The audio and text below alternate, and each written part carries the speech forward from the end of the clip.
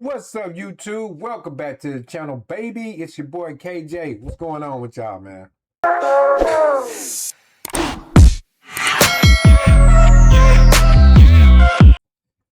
We back on that basketball ish. You feel me? You feel me? Today we're gonna be reacting to what is like the whole Larry Bird. You know what I mean? To play a little defense on Larry Bird. Michael Cooper is kind of breaking that down, and I believe in this all the smoke interview, he gonna find out that Larry Bird kind of gave him his props. On his craft as far as like with him playing with the Lakers and whatnot. And he gonna kind of get into what he did while he was there. Like with so much talent in front of him, he had to play defense. So, and he really bought into that. Sometimes you have to buy into a role. And that's part of the job. The job ain't gonna always be what you want to do. You have to do what the job needs you to do, right? So yeah, I just want us to kind of react to what he breaks down right quick. Because everybody know Bird was one of them guys. He get overlooked a lot of time, but he was one of them ones. You feel me? So don't forget to like, share, subscribe to the channel. Let's get right to it. Not only for the basketball you played, but the defensive side of it. Me and Matt are two guys that really loved and took pride in playing defense.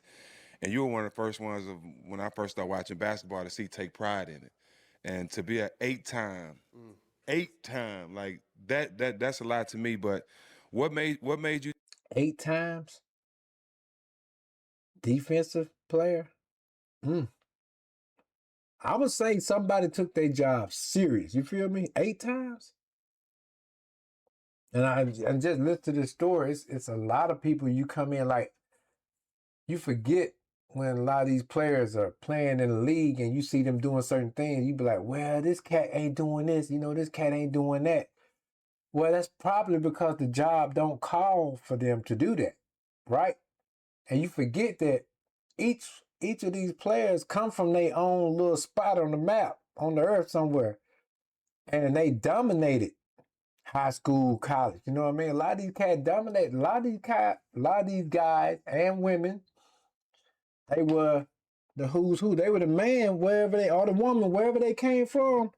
Couldn't nobody do nothing with them. So when they get that professional job, you see a version of them that you might feel like is dumbed down. Why need you to play defense?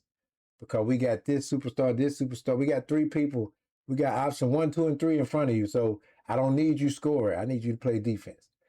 So, I think you have to kind of give these cats credit because even the 15th player on the bench could spank your ass. You feel me? It just so happened that when he or she came along, it's so much talent in front of them. But don't get it twisted. take pride in, and what made you just want to be a defender? Well, Jack, you know what? That was my sticking point when I got to the Lakers. Obviously, growing up here in California, Pasadena, what people don't know is that I was an offensive juggernaut when I went to junior college. I averaged 20. Say it again. Put some respect on your own name. Hell, Michael Cooper. Pasadena. What people don't know is that I was an offensive juggernaut That's when what I I'm went talking to about. junior college. I Say it averaged with your 26 chest. points a game at Pasadena City College. Went to New Mexico, and I think I got a change right there. My coach, Norm Ellenberger, was a defensive-minded coach.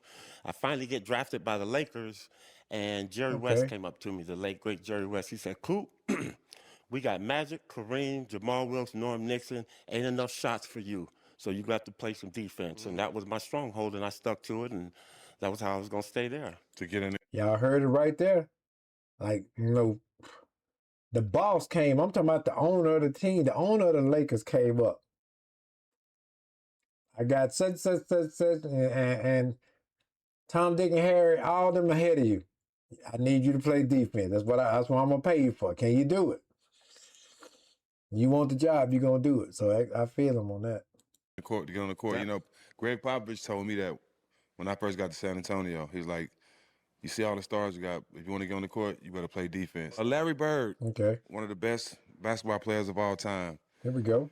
talked about you as being one of the best defenders ever. Larry Bird gave that man his props. Larry Bird said he was one of the best defenders of all time. Sensational. Larry ain't no joke, man. I'm just being real. A lot of people don't want to say that, but if you watch the game, and I know we all like our player, we all like who we like. Yes, yes. But even when you like who you like, you still see the talent and the gift that some of these people got. And you just have to respect it. Cause like even with Bird and Magic, like they wasn't jamming at first. Like Magic wanted to be friend, Bird didn't. But they respected each other's game, you feel me? And they were amazed by each other's game, you feel me? So you have to just respect.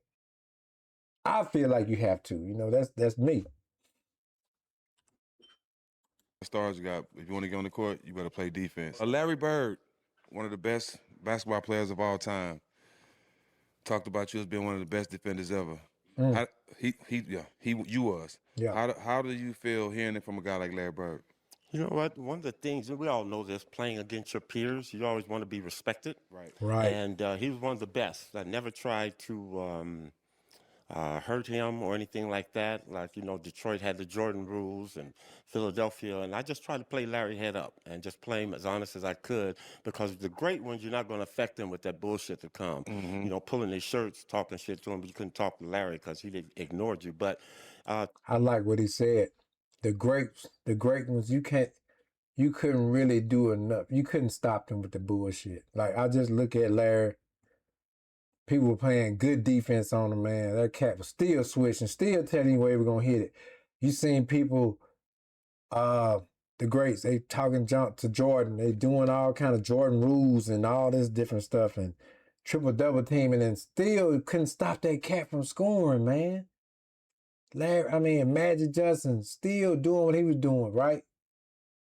Kobe, LeBron, and there's so many. The list go on. Like when the cats that are great, you can't stop. Ray Allen. When these people get to their spots, man, you can count that bucket. That's what you could do. That's what you could do. You can get that mug out the nets. I'm just being real.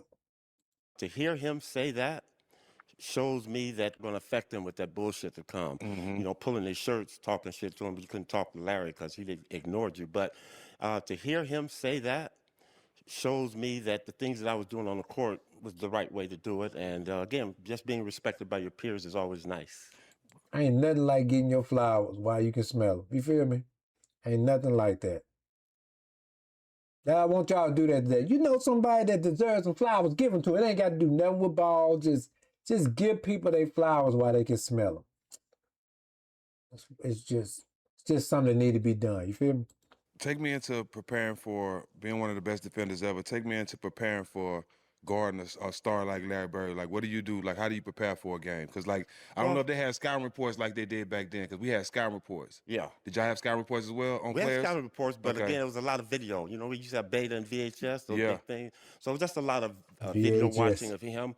Like, watched all his games. Back then, a lot of our games was on tape delay, so we had a chance to play. And then after the game, I would come home and watch our game and then watch his. So preparing for the great ones, though, is going to always be hard, because Right. it's not about anybody in the NBA and in basketball in general can get a shot off. Right. And I Right. think as a defensive-minded person, and Jack, you probably attest to this a little bit, all you want to do is affect their shot just Make a it little difficult, bit. yeah. Alter it, Right. make them shoot a little bit higher. But the one thing that I've always recognized about great offensive players is there are spots on the court Right. that they Kobe shoot the ball Bryant, for well real. from. And Jordan. George Gervin told me, he said, Coop, listen, if I get to my spot, ain't shit you can do with me. So in thinking like that, That's facts. If they get, especially if that person is shooting 500 shots a day, 1,000 shots a day. Y'all seen how Kobe used to beat himself up on one shot, 1,500 shots in a certain spot?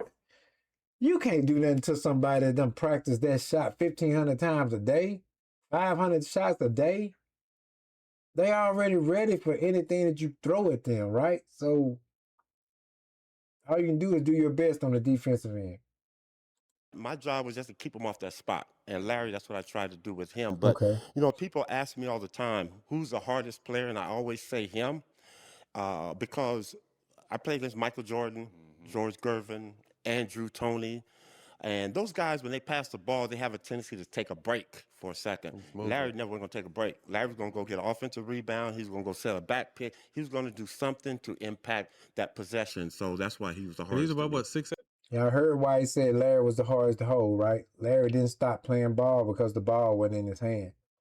We're going to listen to that one more time. He even put Mike on there. Everybody took a second to catch a breath. You know what I mean?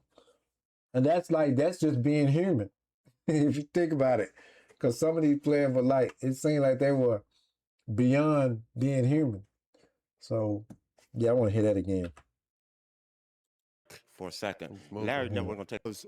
I played against Michael Jordan, George Gervin, Andrew George Toney. Gervin. And those guys, when they pass the ball, they have a tendency to take a break for a second. Larry never going to take a break. Larry's going to go get an offensive rebound. He's going to go set a back pick. He's going to do something to impact that possession. So that's why he was the hardest. He's about, what, 6'8", Okay. 6'9"? Facts. 6'9". Big. Constantly on the moves. Crazy. This episode is brought to you by... Tell you what, guys, there you go right there. Michael Cooper explaining why Larry Bird was the hardest to hold, the hardest to defend. And he named some juggernauts, too. So it wasn't like he was just, Larry Bird and you didn't really know who those other players are. I'm pretty sure when you heard those other names, you got stories about those other players. You seen them. You done heard your uncles or somebody talking about them other players. George Gervin, Michael Jordan, and a couple other names. So, yeah. Shout out to Mike Cooper. Shout out to All the Smoke podcast. And y'all just hop in the comments and let me know what you think about what Mike Cooper said, man. Don't forget to like, share, subscribe to the channel, guys. We're going to catch you in the next one. Peace.